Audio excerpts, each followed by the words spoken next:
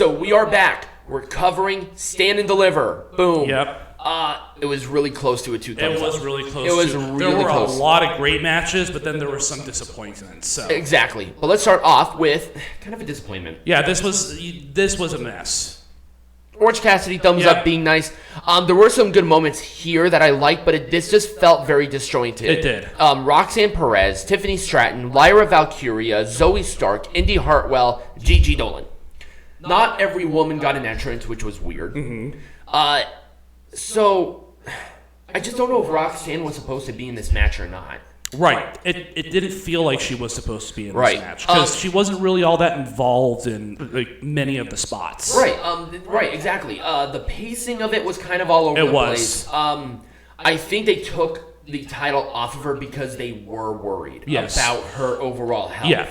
And that's what kind of confused me a little bit too. Was she the title holder or not? She was the title holder. She was the champion. Right. It's like they originally had her vacant. Yep. And then she was added to the match. But it's like, well, then what the fuck are we doing with this multi-woman ladder match? Right. If she was not supposed to be out there, why put her out there in the first place? Exactly. And I worry about her health, It's like, it's barely in any spots. Right. Not really involved in, like, anything super duper big either. Right. And I think there was probably still some concern regarding her health. Yes. And it's like, if there was that much of a concern about her health, everybody was okay with her vacating the title and staying strong. Right. Because this almost hurt her. Yeah, because it was very confusing. Right. It was a very confusing match to me. I like Gigi. I like JC James screwing Gigi. Yep, I like that. I want to see an unsanctioned. I We've do. Gotta book that at this point. And I think that would be a great ending to that rivalry of them having an unsanctioned match. Absolutely. I thought Tiffany was going to do it. I thought I'm so too. surprised about Indi. I wonder if they did this because it's a thank you for Indi, but at the same time, I don't think it was Indi's time. I'm sorry. I like Indi Hartwell, but she just did not have that level of momentum that Tiffany Stratton had going into this match. She just and even JC Jane, but obviously there's the whole rivalry that she has with. I think JC Jane legitimately got hurt, and that is why they had to do that. Maybe. So she returns, she's back, but yes, Indi Hartwell is the new NXT Women's Champion. Let's see what they do with it. Let's see how they follow that up. She did defend it against Zoey Stark last week in a good match. So at the very least, they started off on the right foot, putting a title match on the line right after Stand and Deliver and right after Mania. Yep. So at least it was booked well there.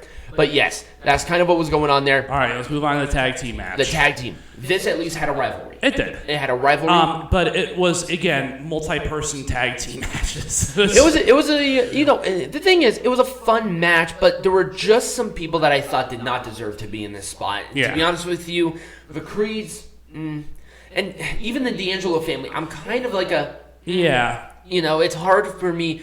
I thought Pretty Deadly should have been in this match. Yeah, I thought so too. They were the hosts, but they also had the momentum. It's right. Like, why didn't you do anything with that? And they already have a history with Gallus. Right, so and then this was also the show that Joe Coffey returned. That would have been perfect. Right, exactly. So it should have been Pretty Deadly to be in this match. The tag division within NXT is very confusing. I'm just not sure if there's anybody to the level of taking on Gallus right now. Right, because Gallus are on a roll. Right, they are on a roll, and the last champions were not even signed with NXT. It was the New Day. Right. So I don't know. They need to do some sort of hard reset or something regarding the tag division here because and then going back to the tag team match at the pre-show, two members of the winning team left.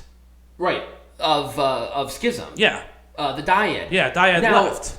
We don't know if they've been released yet. Or has it been confirmed to be granted? Because I think I'm not 100% on that. I'm not 100%, but I haven't looked at the roster page since forever ago, so I don't know. All right. But yeah, the tag team division in general is just a little confusing right now. If the Grizzled Young Veterans or Schism are leaving, that's going to leave an enormous hole within that division because they're the ones who had all this momentum, and that would have been perfect for Gallus. Yes. So anyways, moving on to the next match.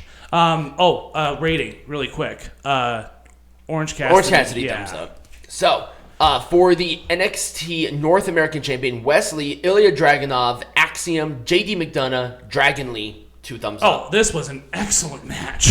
What a story told. And this is how you do multi-man right. Everybody here felt legitimate. Everybody here had an opportunity. Nobody looked weak. No. These all four of the challengers can go for this title again, and I would be like, okay, that's cool. But and Wesley is just a star in the making. I mean, one of them did. It was Wesley and Axiom last week, right? For the NXT. But anyways, champion. It was awesome. Wesley is just on a different level right now. They have strapped a rocket ship to this dude, and it's like, oh well, it's North American champion. Doesn't matter. He's every time he gets in the ring, it's a great match. Yeah, and they're continuing to keep him extremely strong with beating because, both ends. He looks like a giant killer. Right, and this is how you book someone who was a tag team competitor as a singles competitor. You have to strap the rocket ship on while the iron is hot. Right, and they are doing that with him with this title. Right. People were worried when he originally got this title of how is he going to handle this? Because carrying a singles champion is much different than a tag. Right. So he was already NXT Tag Team Champions with Nash. And then now he is this North American champion who's just been crushing it. Yeah. It was a cardiac kick for him to win. Continue with these matches. These are the things that's going to put the North American champion back on the map as a very, a champion that needs to win. And they have to follow up. When they drop the title from Wesley, he has to go for World. Oh, that's what just like he did with Carmelo. Right. Exact same situation. So I am all for it. Shawn Michaels is just doing God's work with this show, man. I'm telling you. Anyways, let's move on to the next match here. An unsanctioned match. This one, it was kind of weird. Orange Cassidy thumbs up. It was wrestled well. Yep. It made sense because both of these guys had that history going back literally like a year and some change. Yep. But this should have been the end match if they were going to do it. Oh, yeah, because it's unsanctioned. It should have been true unsanctioned because they were wearing wrestling gear and doing moves in the ring instead of... I did not get the feeling of that emotion. No, it was not. It was not. It on paper was an unsanctioned match. It just didn't feel like an unsanctioned match. No, it didn't. It did not feel that way. Johnny Gargano has had the classic unsanctioned match with Tommaso, but they presented it the right way. You know, jeans, taped up wrists, all of that plays a part. You are...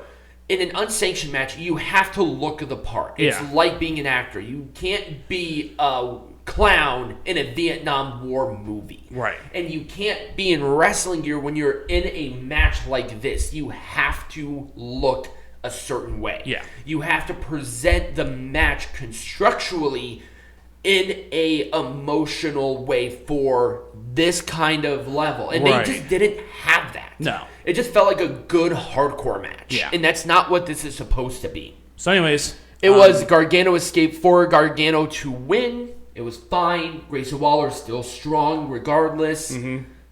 That's really it. Yep, I mean, that's it. Don't put more words in your mouth if you don't need it. We already told you what would make it majestic again. Let's move on. To the NXT Women's Tag Team Champions. The match itself was fine. I'll give it an Orange Cassidy thumbs up. I was a bit confused about the conflict with Jensen and Briggs because... Yeah, I was confused about that, too. Because the thing is that, you know, it was the purse, and I get the disconnection between the heels and the baby faces, but was the right guy wanting to give... Kiana James the purse in that way? I mean, was there the conflict seemed very confusing to me. Yeah, that was confusing to me too. And that was the weird issue here is that they looked like a team. They were teaming together. I thought this was squash. Why are we doing this again? Right. You know? I guess it was just a way for Alba Fyre and Isla Dawn to get the titles, which is fine. They had the momentum going into it. It was a swanton for the win. Let's see what they do with it. Yep. I was saying forever on why Fyre and Dawn are together, and this is just going to confuse me more, but it is what it is. Because they used to be rivals, just like the other team in this match. They used to be rivals. Right. It was a cool down match for the main event, but it was fine. I think the placement, maybe a little bit weird, but it's whatever. Let's go to this main event. 2 thumbs up one. Yep. It felt like a main event. It did. It had a big fight feel. Bron Breakker is on such a different level of good right now, and especially now he's a full-fledged heel. Right. It's like that's going to put it over, and he wrestled this almost like a heel. Yep. People reacted to him heelish. His frustration came out, felt very heelish. Yep. And finally, it was the nothing but net for Carmelo Hayes to win the NXT champion finally. Yep. What a great moment. Killing a great championship reign from Breakker, but it was definitely Carmelo Hayes' time. It was his time. And it was his time to get the title. And the follow-up was great, too. Yep. Establishing him and Trick Williams as the babyface. As the top babyfaces of NXT. And now Bron Breakker as the top heel of and, the company. And that is great. Yep. They did that so great. Not just here, but the follow-up was just chef's kiss perfect. Oh, yeah, absolutely. That's why it gets 2 thumbs up, because they just followed up so great. They're going to continue this story with everything switched, and I'm all for it. Yep. So, Peanut Gallery, what are we doing next week? Well, like I said, Sakura Genesis and 312. And we'll resume our regular scheduled programming for... We'll be finally caught up with everything. With heckling and with Soapbox. So if you did enjoy this, remember to like, follow, subscribe to the channel, or leave a rating if you are listening to this on our podcasting streams. All the links for those will be in the description or in the QR code next to me. If you're watching this on YouTube, get a hat. That will also be linked as well. And as always, be majestic.